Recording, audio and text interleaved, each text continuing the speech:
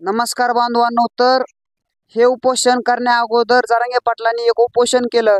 त्यावेळी अक्षरशः जरांगे पाटलांच्या नाकातून रक्त येत होता, रक्तस्राव वाहत होतं. ते लवकर थांबत नव्हतं. मग ह्या कारणामुळे काही परळीतील मराठा बांधवांनी एक नवस केला की तुळजा भवानींना नवस केला की आमच्या जरांगे पाटलांची तब्येत ही चांगली होऊ दे आणि ते रक्तस्राव्य बंद व्हावं यासाठी प्रार्थना केली. तर त्यानंतर ते असं बांधव बोलले की आम्ही पायी परळी ते पायी तुळजापूर दर्शनासाठी आम्ही पायी येऊ, असा नवस परळीतील मराठा बांधवांनी केला. तर त्या ठिकाणी हे नवसपूर्ती रॅली त्यांनी ज्यावेळी निघाले तुळजापूरकडे निघाले त्यावेळेस जसे परळीतून निघायला लागले त्यानंतर ते प्रत्येक महापुरुषांना अभिवादन करून ती रॅली पुढे जात होती.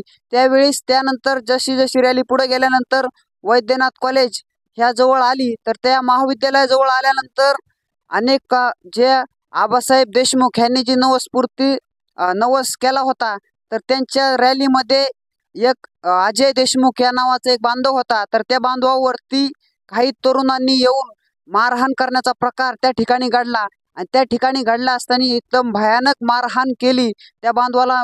ते पण का विनाकारण केलेले आहे, म्हणजे काही कारण नसताना किंवा त्या मराठा बांधवांचा कुणालाही विरोध नव्हता, पण विनाकारण त्या बांधवावरती मारहाण करण्याचा प्रकार घडला.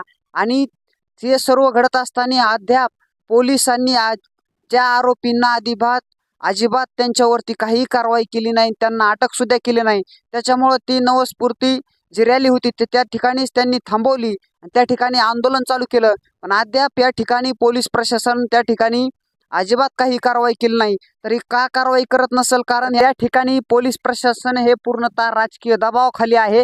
कारण त्यामुळे त्या ठिकाणी कोणतीही कारवाई पोलीस प्रशासनाने केलेली नाही. कारण हे पोलीस प्रशासन हे राजकीय दबावाखाली असल्यामुळे आजकाल हे जनतेतील कोणतेही राजकारणी लोक असतील, जनता असेल, ह्यांना कोणत्याही कायद्याचं आता भीती राहिलेली नाही. कारण अक्षरशः कोणीही कुठेही काही कायद्याचं उल्लंघन करत आहे. त्या ठिकाणी कायदा हातात घ्यायचं काम हे अनेक जनतेतील लोक करत आहेत, पण यावरती योग्य ते चाप हा पोलीस प्रशासन देत नाही. कारण त्या ठिकाणी पूर्णतः राजकीय दबावाखाली पोलीस प्रशासन आहे आणि पोलीस प्रशासनाने हे असा राजकीय दबावाखाली न राहता त्या ठिकाणी त्या आरोपींना तात्काळ अटक करावी. कारण हे जर अटक नाही झाली तर हे वारंवार असेच हल्ले ह्या ठिकाणी मराठा बांधवांवरती होतील आणि त्या ठिकाणी जेव्हा समज असे हल्ले झाल्यानंतर जर त्या ठिकाणी कारवाई नाही झाली तर हे हल्ले असेच होत राहतील.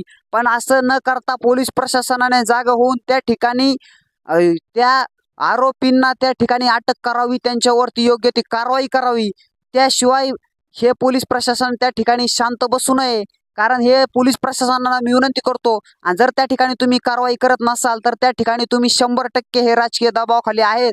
हे मी त्या ठिकाणी माझं 100% हे माझं मत आहे की त्या ठिकाणी पोलीस प्रशासन हे राजकीय दबावाखाली असेल. कारण त्या ठिकाणी जर आणि हे हल्ला कोणी केला, हल्ला कोणी मुद्दाम घडून आणला का त्या ठिकाणी सर्व ह्याची चौकशी त्या ठिकाणी पोलीस प्रशासनाने करावी आणि त्यानंतर योग्य ते कारवाई त्या ठिकाणी त्या आरोपीवरती करावी. हे पोलीस प्रशासनाला मी विनंती करतो आणि राजकीय दबावाखाली राहू नये, अन्यथा हे महाराष्ट्राचा बिहार झाल्याशिवाय राहणार नाही. आणि ह्या गोष्टीचा मी पूर्णतः जाहीर निषेध करतो आणि योग्य ते कारवाई होईपर्यंत मराठा बांधवांनी शांत राहू नये, म्हणजे कायदा हातात घ्यायचं काम कुणी करू नये, शांततेने आंदोलन करा. हे सर्व मराठा बांधवांना मी विनंती करतो. अजिबात कुणीही कायद्याचं उल्लंघन होणार नाही याची दक्षता मराठा बांधवांनी घ्या आणि ते योग्य ते कारवाई हे पोलीस प्रशासनाने करावी. ही शेवटची विनंती पोलीस प्रशासनाला मी करतो आणि इथंच थांबतो. जय हिंद, जय महाराष्ट्र, एक मराठा लाख मराठा.